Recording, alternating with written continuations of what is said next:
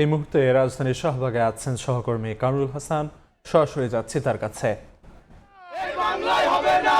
ইনকিলাব মঞ্চের মুখপাত্র শরীফ ওসমান হাদিকে হত্যার ঘটনায় ক্ষোভে ফেটে পড়েছে ছাত্র জনতা। আমরা সারা রাত ধরে দেখেছি এই শাহবাগ মোড়ে হাদির যে কর্মী সমর্থকরা রয়েছেন তারা এই শাহবাগে অবস্থান নিয়ে রেখেছেন।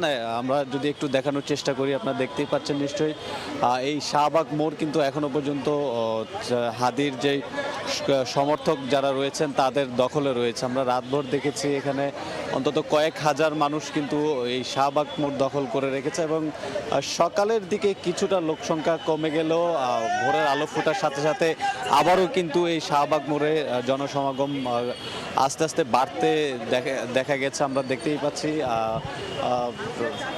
সকাল হওয়ার সাথে সাথেই এখানে হাদির যেই সমর্থকরা যারা আছেন তারা এখানে এসে হাজির হয়েছেন, উপস্থিত হয়েছেন এবং তারা যে দাবিটুকু জানাচ্ছেন যে আপনারা জানেন যে গত শুক্রবার ইনকিলাব মঞ্চের মুখপাত্র শরীফ ওসমান হাদি যখন তার নির্বাচনী প্রচারণা চালাচ্ছিলেন এবং নির্বাচনী প্রচারণা চালিয়ে বাসায় ফেরার সময় তিনি গুলিবিদ্ধ হন।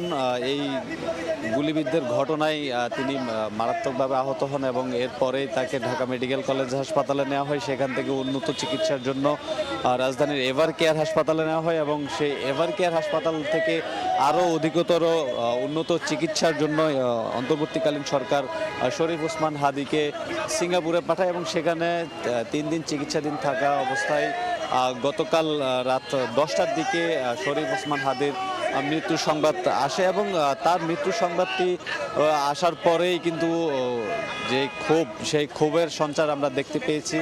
মৃত্যু সংবাদ আসার সাথে সাথে ইনকিলাব মঞ্চ, জুলাই মঞ্চ, এনসিপি সহ ভাতৃপ্রতিম যে সংগঠনগুলো রয়েছে যারা জুলাইয়ের স্টেক হোল্ডার হিসেবে কাজ করেছে সেই সংগঠনগুলোর নেতাকর্মী সমর্থকরা এই শাহবাগ মোড়ে এসে অবস্থান নেয় এবং তখন তারা এই হাদি হত্যার পেছনে যারা সম্পৃক্ত, অর্থাৎ যে ছাত্রলীগের যেই নেতাকর্মীদের সংশ্লিষ্টতা উঠে এসেছিল তাদেরকে বিচারের আওতায় আনার দাবি জানিয়েছে এবং এই দাবিটুকু জানিয়েছে তারা যে ভারতে পালিয়ে গেছে, তারা কিভাবে পালালো সেই ব্যর্থতার দায় নিয়ে তারা স্বরাষ্ট্র উপদেষ্টার পদত্যাগের দাবিও কিন্তু তারা জানিয়েছে। এখন পর্যন্ত এই শাহবাগ মোড়ে বিক্ষুব্ধরা অবস্থান নিয়ে রেখেছে, তারা বিভিন্ন স্লোগান দিচ্ছে এবং বলছে যে যে কোনো মূল্যে হাদির হত্যাকারী যারা আছে অর্থাৎ নিষিদ্ধ সন্ত্রাসী সংগঠন ছাত্রলীগের যে সকল নেতাকর্মীরা ভারতে পালিয়ে আছে তাদেরকে বাংলাদেশে ফিরিয়ে এনে যে বিচারিক যে কার্যক্রম সেই কার্যক্রম শুরু করার জন্য ভারত সরকারের কাছে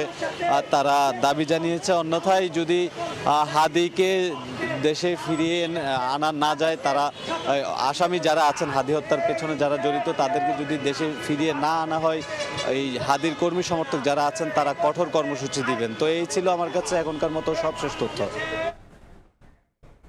শাহবাগ থেকে সবশেষ খবরাখবর জানাচ্ছিলেন সহকর্মী কামরুল হাসান।